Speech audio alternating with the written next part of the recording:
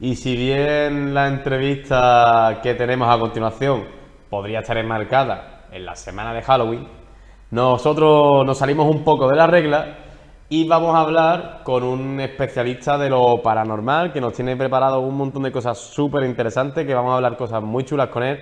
Y tengo el placer de tener aquí en este tranvía a Richard Stein. Bueno, o Antonio, pero Richard Stein. Richard Stein. Ay, muchísimas gracias por invitarme al espacio y por decirme especialista. Hombre, a ver, un libro hablando de cosas paranormales de San Fernando no lo tiene mucha gente, por ejemplo. Eso es un hobby de a poderte buscar por las noches cosas. Bueno, pero un hobby que, bueno, va para adelante, porque lleva desde, si no recuerdo mal, tu primera publicación fue en 2019, ¿no? Sí, además venía de antes, porque realmente yo lo que el tema del nombre también, ¿no? Que muchas veces me lo preguntan, es porque yo realmente, no se acuerde de la época de la guardilla, enfrente de lo que era el ayuntamiento, esas épocas de escritores, 2015, 2016, yo estaba escribiendo, yo escribía novelas, tanto de fantasía y sobre todo de terror. Y fue una de esas veces que publiqué una de terror que me comentó un ex compañero cuando yo trabajaba de animador sociocultural en Afana. Me preguntó, aquí en Afana San Fernando, me preguntó por qué no lo hacía de verdad. ¿Por qué Cádiz tenía el Cádiz oculto y San Fernando no tenía nada? Y digo yo, bueno, pues lo voy a intentar. Y empecé como un divulgador. Yo realmente no investigaba, ni tenía ni idea de lo que es la investigación. Y me puse a buscar historias, leyendas, iba recopilando de lo que yo leía por internet, en libros, gente que me comentaba sus anécdotas, sus vivencias. Y la verdad que yo no tenía, siempre lo he dicho, esperanzas de que saliera el libro, porque no creía que iba a encontrarme nada. Oye, y salió. Bueno, y triunfó. Y, Bueno, oye, ha sentado cátedra aquí en San Fernando, mucha gente que lo tiene. Vamos, yo conozco mucha gente que lo tiene. Lo he leído, vamos, que sí, que y mira que a mí yo después que soy me muy critica, ¿vale? caguica y bueno, también nuestra relación nos une anteriores medios y tal, y cosas también que yo estaba divulgando antes de estar trabajando aquí y tal. Y es un libro súper interesante que tiene muchas cositas para llegar a hacer San Fernando Paranormal. Yo supongo que también tuviste un trabajo súper intenso detrás, ¿no? Sí, sobre todo, siempre he tenido los pies en la tierra. Yo recuerdo que cuando yo empecé a investigar, una de las cosas que tenía clara era ver quién había abierto la puerta en San Fernando al misterio, porque por mucho que queramos, no siempre vamos a ser los primeros. Y efectivamente, ya existía gente. O sea, yo cuando tenía el libro ya casi a punto de salir, existió aquí un grupo de investigadores que se estaban ya deshaciendo porque, por desgracia, esto es algo voluntario, algo que te tiene que gastar un tiempo, a veces incluso dinero, y no todo el mundo aguanta la actividad, ¿no? Tanto tiempo. Y por otro, conocí o supe de un programa de radio que se emitió allá por la década de los 80 de dos aficionados al misterio que se dedicaban a hablar precisamente sobre lo que venía siendo el misterio en San Fernando, allá por esa época de la radio. Y yo, la verdad, iba siempre con esa humildad, intentando respetar ya lo que aquí existía, lo que aquí hubo, y actualizando ese trabajo que se había quedado ya muy desactualizado, muy abandonado, y que queramos o no queramos verlo, el misterio está muy vivo y las cosas siguen. Y ahora, pues bueno, estoy yo marcando esta etapa que ojalá salga más gente, tanto va a hacerme compañía, porque se está muy solo, aunque tengo mi equipo de investigación, y el que coja el relevo de esto en un futuro. Bueno, fuiste y sigues poniendo piedrecitas porque, bueno, esas jornadas del misterio ya van por la cuarta edición, que ahora es lo que vamos a hablar, si ahora nos atañe un poquito, ahora Sí, te sí. sigo preguntando por qué citas paranormales y misteriosas de San Fernando, pero lo más misterioso que tenemos aquí cerca son estas jornadas del misterio, Tony. Sí, además son las cuartas jornadas del misterio de la Isla de León, que esa es otra, las anécdotas de cómo empiezan las cosas. Yo en un primer momento la idea era cuartas jornadas del misterio de San Fernando, pero hubo mucha gente que conocía yo en ese entonces que decían, ¿y por qué no de la Isla de León? Más que de San Fernando, que parece que no es el otro nombre que nos avergüenza de aquí. Y oye, pues bueno, pues Isla de León, y se quedó así. Y es lo mismo, o sea, todo empezó por pura inercia. No tenía en mis planes realizar dichas jornadas. Sé que en otros lugares, ¿no? Por ejemplo, Bormujo en Sevilla, que nos sacan unas 3 ediciones. Barbate, aquí ya yéndonos más cerca, ¿no? Barbate en Cádiz. Lo que venía siendo también Sanlúcar tiene algo. Arcos de la Frontera, parece que también tiene lo suyo. A ver si este año se hace o no se hace. Pero curiosamente, a mí lo que más me inspiró fue otra vez el pasado. Resulta que el grupo más longevo de la provincia gaditana es la agrupación parapsicológica de Puerto Real. Y ellos, en aquellos tiempos, nos tenemos que incluso más atrás, 70, 80, hicieron sus jornadas y vino hasta JJ Benítez, Argumosa. O sea, venía gente de renombre. Y volvemos a lo mismo. ¿Y por qué San Fernando no? ¿Qué nos lo impide? Yo, mientras pueda, lo voy a seguir haciendo. Y tuve la suerte de que en un primer momento mi agrupación de investigación, AGIP, Asociación Gaditana de Investigación Parapsicológica, salió que sí, que fuéramos hacia adelante. Y por otro lado se estaba formando lo que hoy en día la Asociación Cultural La Cara Oculta de, que para mí también pues fue un homenaje a la antigua revista que aquí había de La Cara Oculta de la isla. Me echó una gran ayuda para cuando comencé con mi primer libro. Y la verdad, como digo, todo fue, venga, vamos a probar, venga, vamos a ver. Se hicieron las primeras jornadas como se pudo, vinieron poquita gente, pero por eso, porque era algo desconocido, nuevo para San Fernando, porque nunca se habían hecho una jornada, y menos en diciembre. El sitio pues igual, un cuartito esos chicos, como bien pudieron dejarnos, yo súper agradecido con esas personas. Y aquí estamos, en las cuartas. Bueno, las cuartas que van a tener lugar, antes veíamos el cartel, empiezan la semana que viene, ¿Sí? el viernes. El viernes 5. Viernes 5 a partir de... Las 5. A ver, premio. Para no olvidarse. Bingo, bingo. Y bueno, aquí tenemos el cartel de nuevo. Y este año, pues... te felicito porque este año lo hacéis en un sitio público, en el Teatro de las Cortes. Perdón, en el Centro de Congreso, perdón. La quisiéramos ya. Bueno, el año que viene, ¿quién sabe? Sí, a lo mejor este año...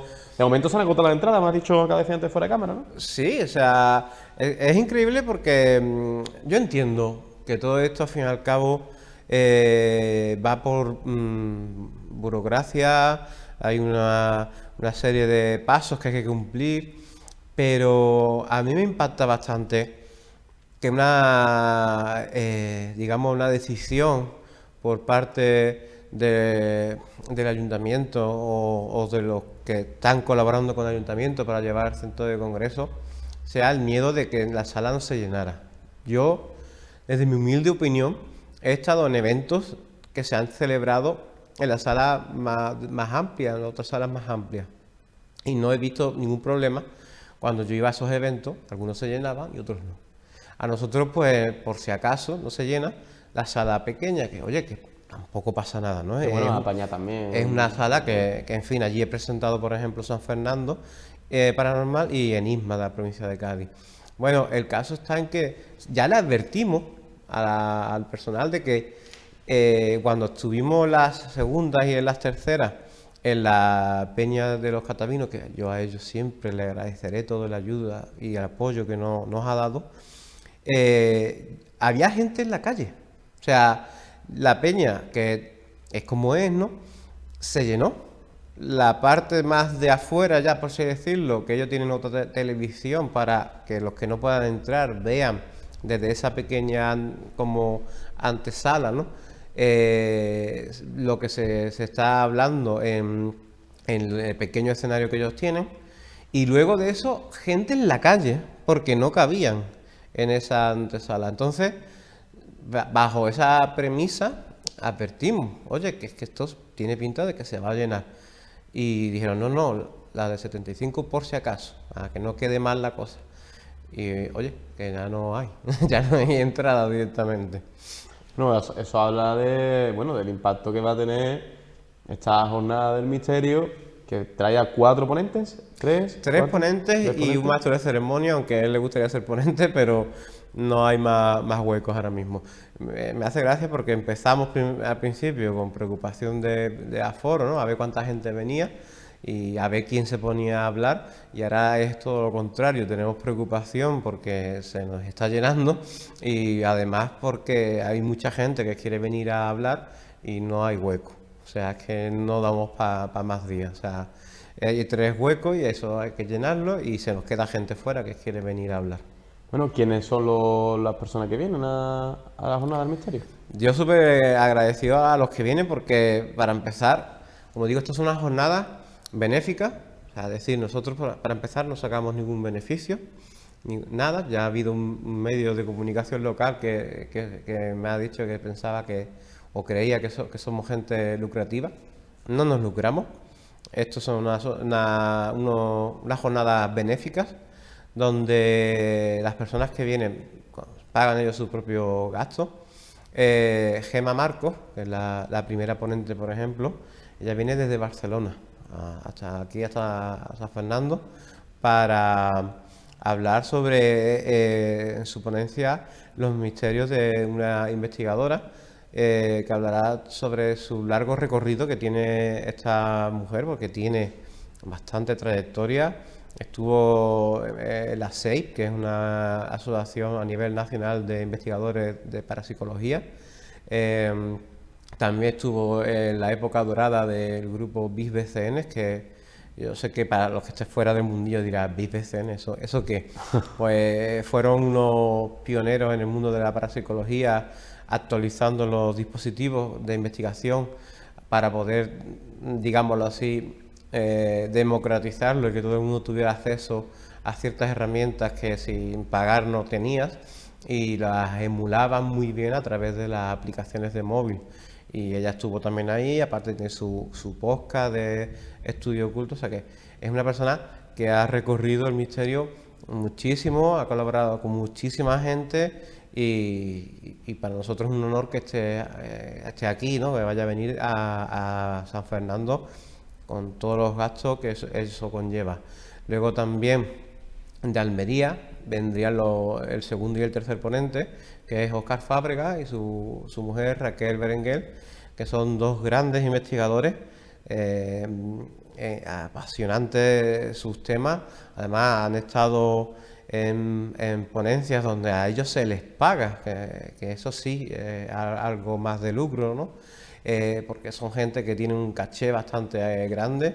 Y, por ejemplo, Óscar Fábregas viene a hablarnos sobre los misterios de Jesucristo, un tema muy interesante, donde habla sobre ciertos temas un poco controversiales, donde podemos ver la relación que tenía con María Magdalena, con la Virgen María, cosas comprobadas y corroboradas a nivel histórico que muchas veces el dogma, ¿no?, de la fe pues no te deja ver, ¿no?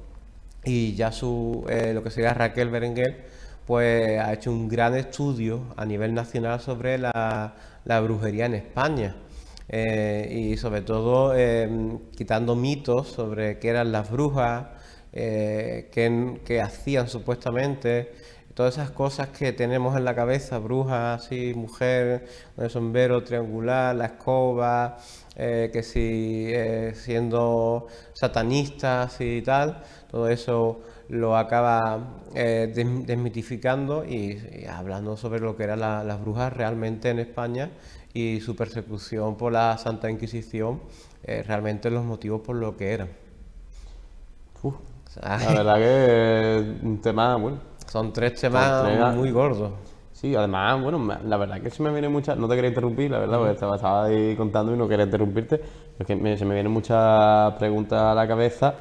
Bueno, ¿cómo eliges estos temas de ¿Los eliges tú? ¿Cómo se van a conformar los temas que se van a hablar? Porque cada año son diversos. Yo recuerdo el año pasado, si no recuerdo mal, habló, por ejemplo, el Witchy de Carlos, ¿no? Fue... Ese fue hace 2 años. 2 años. El año pasado hablé yo. También estuve yo hablando. Sí, bueno, pues yo recuerdo eso, que a lo mejor pues centrado en cosas más locales, mira, y ahora os extendéis y habláis de cosas amplias y me parece Sí, fantástico, ¿no? pero porque la idea original de esta jornada, para que se vea también el amor propio que le tengo yo a mi tierra, era una condición que yo puse tanto a mi agrupación de investigación parapsicológica como a la cara oculta fue que todos los años tuviéramos mínimo un ponente de San Fernando. ¿Qué es lo que pasó? Que el primer año, al ser tan pequeñitos, pero quisimos abarcar muchos días, hicimos 3 días de jornada, ahí se quemaron muchas balas, por así decirlo, de gente de San Fernando que pudieran venir a contar sus vivencias o sus investigaciones incluso. Tuvimos un ufólogo, vino también gente que tuvo sus propias vivencias, etcétera, etcétera. En esa segunda jornada se mantuvo eso, porque vino el Witch de Carlos, vino Carlos Rodríguez, contando curiosidades históricas y anécdotas muy interesantes sobre San Fernando. Y el año pasado pues estuve yo con las Damas Blancas de la provincia gaditana.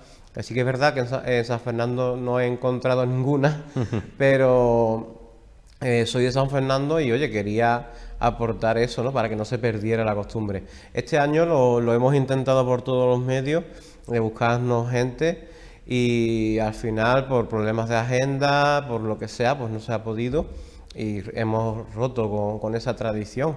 A mí en verdad, por un lado me duele, ¿no? Porque soy de San Fernando y me gustaría que se hablara de temas de aquí, ¿no? Ya que estamos en la isla, pero sí que es verdad que al menos muchos de los ponentes que han ido viniendo, que aunque no sean de San Fernando, ellos hablaban, ahora por ejemplo se me viene a la mente nuestro maestro de ceremonias, Aguilera. Aguilera, por ejemplo, es de Sevilla y él habla mucho, tiene un estudio muy interesante sobre carreteras malditas, sobre todo allí por la parte de la provincia de Sevilla. Y oye, él se adaptó a San Fernando y antes de empezar a hablar de lo que realmente sabe o más ha vivido, habló de carreteras malditas de la provincia gaditana. Y así con varios, ¿no? Ponentes, no todos, pero varios. Entonces nosotros, al ser algo tan benéfico, mira, no tenemos nada que darte porque lo poquito que hacemos de gasto lo pagamos actualmente los dos que quedamos en la cara oculta de nuestro bolsillo. Entonces, pues ya el tema de la ponencia, haz lo que tú veas, o sea, te damos barra libre, no te vamos a imponer encima el que vayas a hablar. Y en este caso, pues, como digo, Gema pues se está reincorporando a la vida de la parapsicología después de una larga enfermedad y ella quería hablar de sus vivencias, perfecto. Como te digo, Óscar es una persona que ha publicado muchísimos estudios y entre ellos estaba el de Jesucristo. Él propuso coged el que queráis y nosotros, sabiendo cómo es San Fernando de Capillita, pues dijimos Jesucristo. Y ya por último Raquel, pues su estudio es las brujas, pues las brujas. Bueno, para el que no lo sepa, te voy a preguntar, ¿qué es la parapsicología? La parapsicología. Es un término complicado. Y muy subjetivo, por Claro. desgracia. Si por ejemplo estuviera aquí la otra persona de la cara oculta que es mi pareja, Almudena Pérez, que también ella es investigadora, más tiempo que yo, ella te diría una cosa, yo por mi parte te digo que para mí la parapsicología es una pseudociencia pero no lo digo de manera Despectiva, ¿no? despectiva, que mucha gente piensa que yo tengo muchos enemigos en el misterio por lo crítico que soy, ¿no? A mí no me va ese rollo de hoy en día, creadores de contenido, ¿no? Que se empiezan a poner, venga, tú ponte un disfraz, escóndete por ahí y te buscamos y tú eres el fantasma de este sitio, tírame piedra de vez en cuando, muéveme una puerta y digo que aquí hay fantasmas. No, o sea, nosotros eso no lo queremos. Entonces, entre eso y cómo somos con la parapsicología, ¿por qué? Porque hay gente que sí que es verdad que por puro sentimiento te dice que sí, que es una ciencia.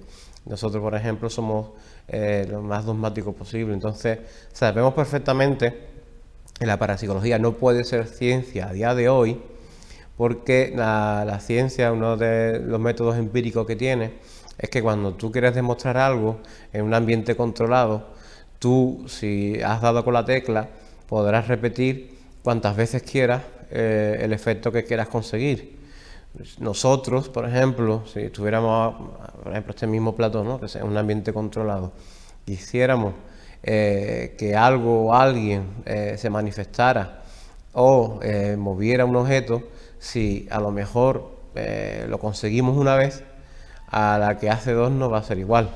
Entonces no podemos, digámoslo así, decir que eso es algo científico, algo anómalo, con una explicación parapsicológica. Puede tener 10.000 otras explicaciones seguramente, pero parapsicológico no, porque no somos capaces de, en un mismo espacio cerrado, con un ambiente controlado, con todas las mismas condiciones, de hacer lo mismo dos veces. Es decir, por ejemplo, captar la misma psicofonía dos veces. Sería imposible, más a día de hoy es imposible. Bueno, porque también creo que estamos dando ciertas cosas por hecho, porque tú, además de ser pues, escritor, una persona historiador de los misterios aquí a nivel local también, te gusta investigar, te gusta la psicofonía. Cuéntame un poquito cómo llegas hasta ahí y al final te voy a hacer otra preguntita. Así que primero cuéntame eso, por favor. Yo, como siempre digo, yo empecé en el misterio de rebote. Una vez que publiqué el primer libro, San Fernando Paranormal, allá por el 2019, yo me encontraba rodeado de poquita gente del misterio, porque en mi entorno más cercano pues no había tantos fanáticos del misterio o gente aficionada, y luego por familia no iba a ser. Entonces, de los poquitos que tenía, pues yo me acuerdo, y esto es una cosa que cuento yo en una de las rutas que hago por aquí, por San Fernando, en la casa Palacio Micolta. Allí, tras publicarse mi libro, hubo una persona que lo compró y lo leyó y me llamó porque se pensaba que yo era un investigador paranormal. Yo realmente en esa época me definía como un divulgador. Yo no había tocado una investigación de terreno de campo, lo que te quiero decir, en mi vida. Entonces, súper nervioso tal y cual, las poquitas personas que había en mi entorno pues me echaron el cable, ¿no? Me acompañaron. Incluso había uno que llevaba eso, un tiempecillo investigando y me enseñaba lo poco que él sabía. Y la verdad que esa experiencia en esa casa, en una casa además habitada, no hablamos de sitios abandonados. Yo tuve la suerte, no todos los investigadores pueden decirlo, de que mi primera investigación fuera en una casa con gente viviendo, donde contaban una historia, y ahora tú tenías que intentar averiguar exactamente qué es lo que ocurría allí, ¿no? Y es entonces cuando yo empecé en el mundo de la investigación. Primero con este grupo de personas a nivel más de amigos, y ya por último, a través de las diversas rutas que hago, fui conociendo poco a poco a los primeros que formaron el grupo de AGIP, de Asociación Gaditana Parapsicológica, de Investigación Parapsicológica, y ya con el tiempo pues hicimos los papeles, la registramos, y ahí está. Sí que es verdad que el tiempo pues ha pasado, ya los que empezaron pocos quedan, pero lo que estamos pues estamos porque nos gusta, nos atrae esto. Salimos a investigar cuando podemos ya, realmente el tiempo va pasando, las cargas de obligaciones pues se van aumentando. y ya no es lo mismo investigar sin tener que estar pagando una hipoteca o un alquiler o lo que sea, a como empezamos en esto, ¿no? Entonces se sale cuando se puede y igual seguimos ayudando a las personas que nos piden algo, que dicen, mira, que es que en mi casa, mira, es que en esto. Nosotros vamos y ayudamos desinteresadamente a la persona y listo, ya, y así nos vamos moviendo. Y la asociación La Cara Oculta igual. Ellos pues allí pues empezamos también unos cuantos. A día de hoy quedamos mi pareja y yo y igual hacemos experiencias paranormales donde llevamos a la gente a los sitios abandonados y les enseñamos a investigar con todo el arsenal que tenemos o las técnicas que sabemos. Y que también, al fin y al cabo, eso es como muchos dicen ahora, ¿no? Que es como la moda pisar fango, ¿no?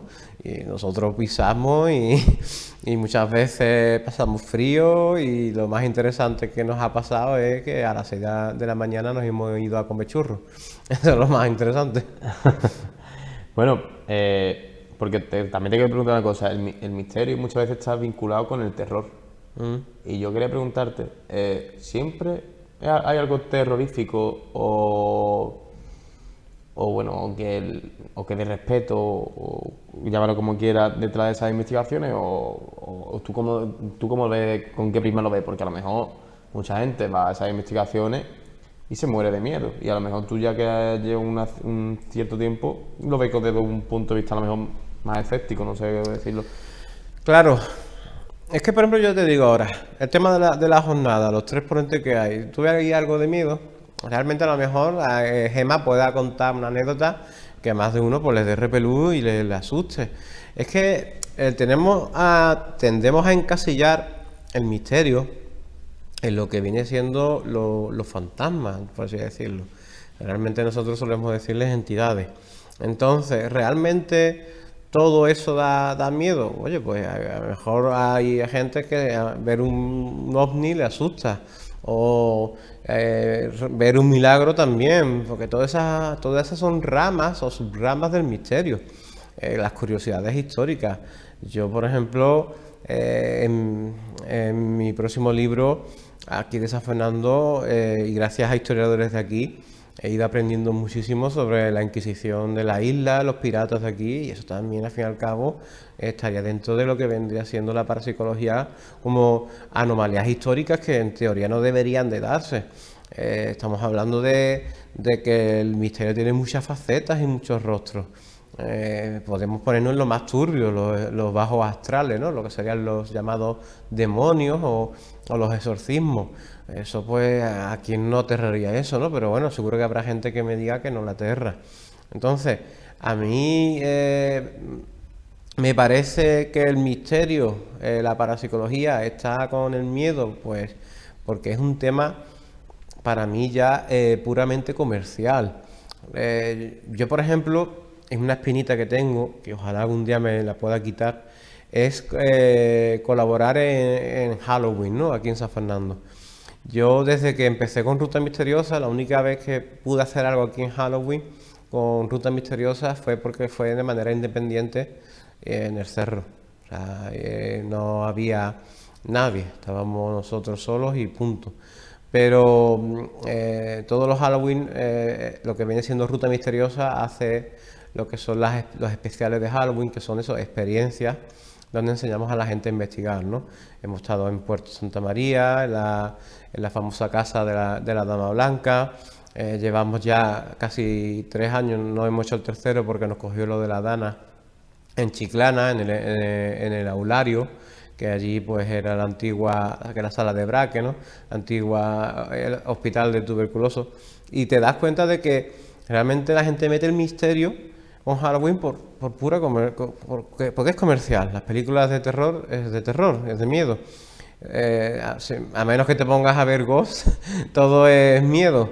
Entonces, en la realidad, o al menos en la realidad que yo he vivido, siempre digo lo mismo, yo no tengo tampoco la verdad absoluta.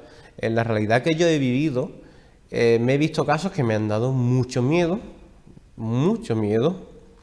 estar toda oscura en unas cuevas y de repente sentir como alguien me empuja tener una sensación muy extraña, querer cortar eso, irme de allí ya, quiero irme ya, quiero irme ya, quiero irme ya. Como también he estado en situaciones más conmovedoras, ¿no? De gente que se reencuentra con fallecidos, con seres queridos, a través de una grabadora, a través de lo que se llama psicofonía, ¿no? A través de la utilización de una Spirit Box, ¿no? De una radio, y para mí eso me enternece. También he sentido miedo, pero por algunos casos tan a lo mejor viscerales, o bizarros, ¿no? Donde a lo mejor podía ser tierno, pero es la persona que ata al ser querido, el ser querido está suplicando por irse, a algunos les dará pena, a otros les dará melancolía, a mí me estaba dando angustia, porque estábamos sacando pruebas y la mayoría era de esa entidad, de ese alma queriendo partir en paz, pero ese ser querido no queriendo desprenderse de él. Entonces, hay de todo en el mundo del misterio, no solamente miedo. Es verdad, como digo, cuando hacemos estos especiales con Ruta Misteriosa en colaboración con ciertos ayuntamientos, pues obviamente la gente te viene a la puerta y te pregunta, ¿esto qué es? ¿Un pasaje del terror? Tienes que decirle, no, mira, esto es una experiencia donde os vamos a enseñar a utilizar diversos aparatos en un lugar donde supuestamente ocurren cosas. O sea que yo, por mi parte, no todo es miedo. Para ir cerrando esta entrevista, como una persona que tiene pues cierto bagaje, que conoce cosas paranormales que hay aquí en San Fernando, como bien decíamos antes que esto podría ser un análogo de Halloween, me gustaría que eligieras una anécdota o eligieras una historia que a la audiencia o a ti mismo también te parezca interesante, o alguna historia de aquí de San Fernando que pocas personas conozcan y que a ti te impacte. Te pones en un buen papel, ¿eh? Es complicado, yo sé que es complicado. Porque... Seguro que después de la entrevista y piensas, debería haber dicho esta, debería haber dicho la otra, pero bueno. Sí, pero sobre todo porque, para que no lo sepa ya, el segundo está a la vuelta de la esquina. Bueno, uno del primero, alguna de No, pero digo, pero al tener los dos y más fresco el segundo, pues es verdad que hay muchísimo por donde tirar, ¿no? Y a veces es muy complicado. Sí que es verdad que por ejemplo, que es algo más desconocido, que no sea tan conocido, a mí me impactó bastante la vieja de Peri Junquera. La vieja de Peri Junquera sale en mi segundo libro, y la verdad es que la diferencia del primero con el segundo es abismal, en el sentido de que no es lo mismo, tío, que las fuentes sean escritos a que sea la gente en persona que se siente delante tuya y muy seria te cuente todo lo que ha vivido. O sea, a mí eso me impacta más, porque tengo más información. Yo por un lado leo, tengo la información escrita, pero cuando yo veo y hablo con alguien, tengo esa información del lenguaje, del metalenguaje, la información verbal, no verbal, o sea, es tremendo, ¿no? Y recuerdo esa historia. Ese hombre me estaba contando que hacía mucho tiempo él vivía por la entrada de San Fernando, donde está la Mohosa, y recuerda que era una tarde, de invierno, que llovía muy fuerte, y su hija tendría unos 18, 19 años, trabajaba en el Castillito. Entonces estaba lejos y no tenía coche. Entonces le pidió al padre, como tenía turno partido, que tenía que volver a trabajar otra vez allí, ¿no? Como camarera, que la acercara en el coche.